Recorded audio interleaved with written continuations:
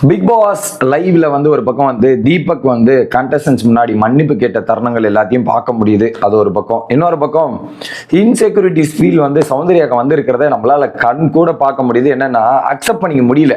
என்னடா அது வரவன் எவனும் நம்மள சொல்ல மாட்டான், எல்லாம் ஆப்போசிட்ல வேற மாதிரி பாராட்டுறாங்களேன்ற மாதிரி பல விஷயங்கள் பேசிட்டு இருக்கான். எனக்கு என்னன்னா, எனக்கு நீங்க ஏதாவது பேசுங்க, ஆனா அடுத்தவங்களோட எஃபர்ட்ஸை இன்வாலிடேட் பண்றதை எனக்கு சுத்தமா பிடிக்கல. அதுக்கு நீங்க எஃபர்ட் போட்டுட்டு பேசுனீங்கன்னா பரவாயில்ல, எஃபர்ட்டே போடாம ஒருத்தவங்களோட இன்வாலிடேட் பண்றீங்களா, இட் வாஸ் வெரி ஒஸ்ட் அப்படின்றத சொல்லிக்கிட்டு கண்டென்ட்டுக்குள்ள போயிருவோம்.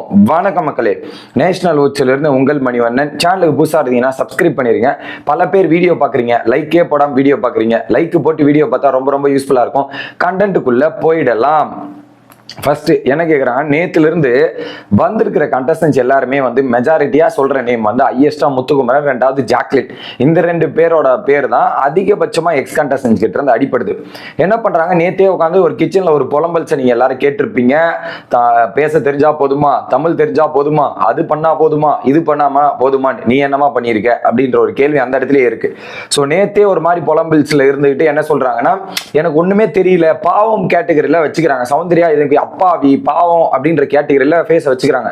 நான் தெளிவா சொல்றேன், பாவமோ அப்பாவியோ இது எதுவுமே கிடையாது சௌந்தர்யா அப்படின்றத யதார்த்தமான உண்மை. நீங்க சொல்றீங்களே மக்களே, சொல்றாங்கல்ல எனக்கு ஒண்ணுமே தெரியாது, புரிதல் இல்ல, இதெல்லாம் கிடையாதுன்னு சௌந்தர்யா சொல்றாங்கல்ல, எல்லாமே தெரியுது.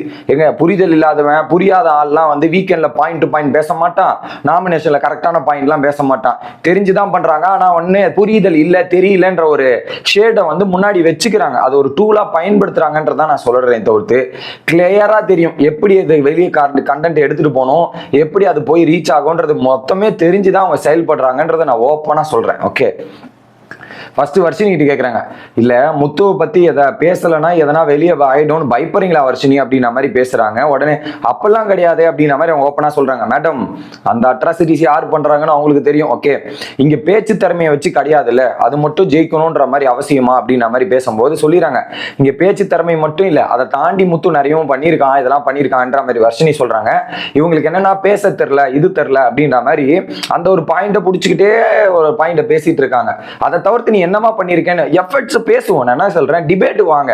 சௌந்தர்யா நீங்க என்ன பண்ணிருக்கீங்க, உங்களோட பாயிண்ட்டை வேலிடேட் பண்ணுங்க. அடுத்தவங்களோட பாயிண்ட் அவங்க வேலிடேட் பண்ணிப்பாங்க. நான் இதெல்லாம் பண்ணிருக்கேன், நீங்களே ஒரு மதிப்பு கொடுங்க. அவன் பேச தெரியல, அவனை பாராட்டுறாங்கன்னா அவனோட கேம் பல பேருக்கு பிடிச்சிருக்கு, ஜாக்லினோட கேம் பல பேருக்கு பிடிச்சிருக்கு, அதனால பாராட்டுறாங்க. உங்களை பாராட்டுற அளவுக்கு நீங்க என்ன பண்ணீங்க நீங்க பேசி புரிய வைங்க. என்ன என்கிட்ட ஏன் மிஸ் ஆகுது, என்கிட்ட என்ன இல்லைன்றது கேள்வி கேட்டா நியாயம். ஆனா அப்படி கேட்க மாட்டேங்கிறீங்களே. அப்படி கேட்டா என்ன ஆகுது, உடனே என்ன சொல்றாங்க வர்ஷினி, இல்லைங்க நீ கூட ஜெயிக்கிறதுக்கான வாய்ப்பு இருக்கு, நீ இவ்வளவு தூரம் வந்திருக்க, ஏதோ சப்போர்ட் பண்ணிருக்க, பட் சோஷியல் மீடியால மட்டும். உடனே அவங்க சொல்றாங்க, சோஷியல் மீடியால மட்டும் தான் எனக்கு சப்போர்ட் இருக்கு, சோஷியல் மீடியால மட்டும் தான் இருக்கு அப்படின்றதையும் சொல்றாங்க. நான் படமும் பண்ணல, சீரியலும் பண்ணல, ஆனா வெப் சீரிஸ் பண்ணிருக்கீங்களா, அதை பத்தி ஏன், அதை பத்தி ஏன்?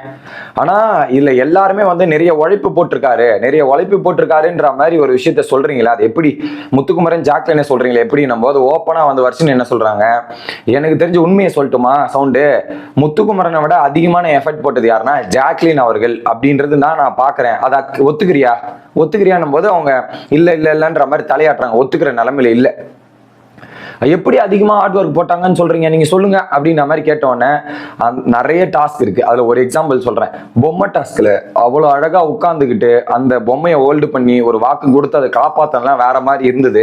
அந்த அளவுக்கு பயங்கரமா பண்ணாங்க. நம்ம இல்லைங்க அவங்களுக்கு சுச்சுவேஷன் அமைஞ்சதுங்க, அதுக்கேற்ற மாதிரி இல்ல வேற மாதிரியும் போயிருக்கலாங்கன்ற மாதிரி சௌந்தர்யா பேசுறாங்க. மேடம், ஒரு சுச்சுவேஷன் அமைவதும் அந்த சுச்சுவேஷனை பயன்படுத்துவதும் நம்ம கையில இருக்கு. நீங்க அந்த கேம்ல அவுட் ஆயிட்டு எல்லா கேம்லயுமே நீங்க முதல்ல அவுட் ஆயிட்டு நீங்க என்ன பண்ணுவீங்க தெரியுமா, போயிட்டு மூலையில உட்காந்து கேம் வரலன்னு புலம்பிட்டு இருப்பீங்க. கேம் வரதுக்கு முன்னாடி என்ன பண்ணணும்னு யோசிக்கணும். வந்ததுக்கு அப்புறம் அவுட் ஆயிட்டு போய் புலம்பல்து கிடையாது. சிச்சுவேஷன் கரெக்டா அமையுதுன்னா அந்த சிச்சுவேஷனை பயன்படுத்திக்க வேண்டியது உங்களோட கடமை. சிச்சுவேஷன் நீங்க பயன்படுத்தாம அடுத்தவங்க மேல அடுத்தவங்களோட எஃபெக்ட்ஸை ப்ளேம் பண்றீங்களா, இட் இஸ் நாட் அக்செப்டபிள். ஒன்னு நீங்க எஃபெக்ட் போட்டு முன்னாடி வாங்க, அதை விட்டுட்டு அவன் போட்ட எஃபெக்ட்லாம் கேள்விக்குறியாவோ குற்றச்சாட்டவோ வைக்கிறதே எனக்கு தப்பா இருக்குன்னு நினைக்கிறேன். உங்களோட எஃபெக்ட்ஸை வேலிடேட் பண்ணுங்க, அடுத்தவங்களை இன்வாலிடேட் பண்ணாதீங்க. ஒன்னு. ரெண்டாவது, நீங்க வேலிடேட் கூட பண்ணுங்க, ஆனா நீங்க எஃபெக்ட்டை போட்டுட்டு வேலிடேட் பண்ணுங்க. எஃபெக்டே போடாம வேலிடேட் பண்ணாதீங்க, அது ரொம்ப தப்பா இருக்குன்றதை சொல்லிக்கிறேன். ஓகே, அது மட்டும் ஜாக்லின் சொன்னவொன்னே அக்செப்ட் பண்ணல. அவங்க இல்ல அப்படிலாம் கிடையாது, அவங்க வந்து நிறைய பிளேஸ்ல விட்டு கொடுத்துருக்காங்க, வேற மாதிரி அவங்களுக்கான வேவ்ஸ் அவங்க தான் கிரியேட் பண்ணியிருக்காங்க, இதெல்லாம் பண்ணியிருக்காங்க அப்படின்ற மாதிரி சொல்றாங்க. அது அவங்களோட ஸ்ட்ராட்டஜி. விட்டு கொடுத்துருக்காங்க, வேவ்ஸ் கிரியேட் பண்ணியிருக்காங்கன்னா அது ஜாக்லினோட ஸ்ட்ராட்டஜிங்க. அது நீங்க ஒரு விஷயம் பண்றீங்களே, அது உங்களோட ஸ்ட்ராட்டஜி தானே.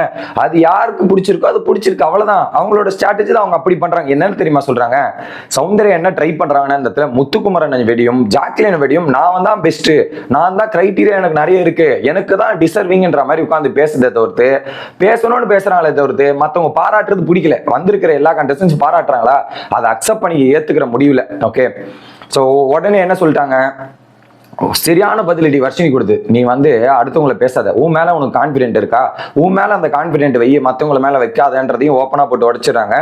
ஸோ உடனே சௌந்தர்யா எல்லாருக்கும் இந்த வீட்டில் டைட்டிலுக்கு டிசர்விங் தான் அப்படிங்கிற மாதிரி சொல்றாங்க. எல்லாரும் இங்க எஃபெக்ட்ஸ் போட்டிருக்காங்க, நீங்க இன்வாலிடேட் பண்ணாதீங்க, இதெல்லாம் பண்ணாதீங்க. முத்துக்குமரனும் சொல்றான், நேர்மையா விளையாடுறான், நேர்மையா இது பண்ணலான்ற மாதிரி. ஆனா எனக்கு நேர்மையா விளையாடுற மாதிரி தெரியல, அவன் கான்பிடென்ட்டை உடைச்சிக்கிறது, அடுத்தவங்களை புட் டவுன் பண்ணி மேல வரதெல்லாம் இட் இஸ் நாட் ஏ நேர்மை, இட் இஸ் ரொம்ப ரொம்ப தப்புன்றதையும் சொல்றாங்க. யாரு இதெல்லாம் ரொம்ப தப்பா இருக்கு, இதுவா இருக்குன்ற மாதிரி சௌந்தர்யா பேசுறாங்க. பிக் பாஸ் கேமே அதானுங்க, ஒருத்தனோட ஃபிளாஸை பிக் பாஸே கேட்கும்போது சொல்லிதான் ஆகணும், சொல்லிதானே மேல வராங்க. இதை சொல்லாம எப்படி இருக்க முடியும்னு எனக்கு தெரியல. அடுத்தது என்ன சொல்றாங்கன்னா, உடனே வர்ஷினி போன வாரம் கிளவுன் மாதிரி தான் முத்துக்குமரன் இருந்தான், போன வாரம் முத்துக்குமரன் பயங்கரமா எக்ஸ்போஸ் ஆயிட்டான், இதெல்லாம் பண்ணிட்டான், நீ உன் திறமையை காட்டு, இதெல்லாம் பண்ணி நீயும் எக்ஸ்போஸ் பண்ண ட்ரை பண்ண அப்படின்னும் போது, எனக்கு அந்த மாதிரி மற்றவங்களை புட் டவுன் பண்ணி கேம் விளையாட வராது, எனக்கு தெரியாது அப்படின்ற மாதிரி. அதுலயும் வந்து இன்னொரு விஷயத்தையும் வர்ஷினி சொல்றாங்க, மக்கள் நீ நாமினேட் பண்றதுல 8 பேர் வேலை வெளியே போயிருக்காங்க, அப்ப நீயும் மக்கள் கூட ஏதோ ஒரு கனெக்டிவிட்டி உண்டாக்குறல, கனெக்ட் ஆனதால் தானே வெளியே போறாங்க அப்படின்றதையுமே ஒரு விஷயத்தை ஓப்பனா சொல்லிட்டு பேசிட்டு இருக்காங்க. இது ஒரு பக்கம் பேசிட்டு இருக்காங்க. ஒரு பக்கம் வர்ஷினி சவுந்துக்கு சப்போர்ட் தான் பேசுறாங்க, எங்கெங்க கேள்விகள் கேட்கணுமோ கேட்கறாங்க. அது ஓப்பனா சொல்றது என்னன்னா, மக்களுக்கு யார் மெஜாரிட்டி பிடிக்குதோ அவங்க தான் வின்னர் ஆக போறாங்க சௌந்தர்யா அப்படின்றது ஓப்பனா உடைச்சிட்டாங்க. தட்ஸ் த பாயிண்ட், முடிஞ்சு போச்சு.